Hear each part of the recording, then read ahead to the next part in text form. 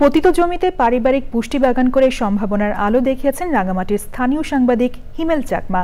হিমেলের পুষ্টি বাগানের সফলতা দেখে এগিয়ে এসেছে রাঙামাটি কৃষি বিভাগ। রাঙামাটি প্রতিনিধি মনসুর আহমেদের পাঠানো তথ্য ভিডিওচিত্রে রিয়াজ ইসলামের রিপোর্ট। রাঙামাটি শহরের রাঙাপানির লুম্বিনী পাড়ার বাসিন্দা হিমেল চাকমা। পেশায় সাংবাদিক হিমেল চাকমা তার বাড়ির পাশের 4 শতাংশ পতিত জমিতে আগে মৌসুমি ফলের বাগান করলেও গত বছর উপজেলা কৃষি বিভাগের পরামর্শে গড়ে তোলেন পারিবারিক পুষ্টি বাগান। তার বাগানে শোভা পাচ্ছে ফুলকপি, বাঁধাকপি, ব্রকলি, স্কোয়াশ, লাউ, মিষ্টি কুমড়া সহ নানা রকম সবজি। আমি যখন করছি তো উপরে আমি যখন করার পরে দেখতেছি আমার পুরো ক্ষেতের মধ্যে সবগুলো সবজি কিন্তু মানে পরিপূর্ণ সবজি।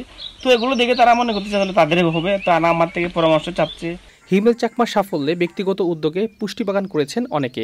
যত্নের উপর আপনার নির্ভরশীল। আপনি এখানে যে কৃষি ডিপার্টমেন্টের যে এই ব্লক সুপারভাইজার যারা আছেন ওনারা যদি ওনাদের পরামর্শ অনুযায়ী যদি করলে অবশ্যই এটার ভালো ফল পাওয়া যায়। এখানে ক্ষেত করলে কিছু মানে ফলন পাওয়া যাবে একটু পরিশ্রম করলে। তো আমি পরিশ্রম করলাম, গরু এখানে গরু গোবর দিলাম, মানে দিয়ে শুরু করলাম আর কি। স্থানীয় কৃষকদের পরামর্শ দেওয়ার পাশাপাশি পুষ্টি বাগান করতে উৎসাহিত করা হচ্ছে বলে জানান উপজেলা কৃষি কর্মকর্তা। সাপোর্টটা এজন্যই দিচ্ছি, হয়তোবা সবাইকে আমরা কভার করতে পারি না, অনেক দরিদ্র কৃষক আছে যাদের সবাইকে হয়তো কভার করতে পারি না, আমাদেরও লিমিটেশন আছে। আমরা যাদেরকে দিচ্ছি তারা যেন ভালোভাবে বাস্তবায়ন করে সেটা আমরা পরবর্তীতে মনিটরিং করছি এবং তাদেরকে দেখে যেন অন্যরা উদ্বুদ্ধ হয়ে আরও এটাকে সম্প্রসারণ করতে পারে।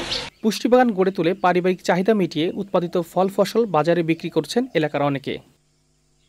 রিয়াজ ইসলাম, চ্যানেল আই।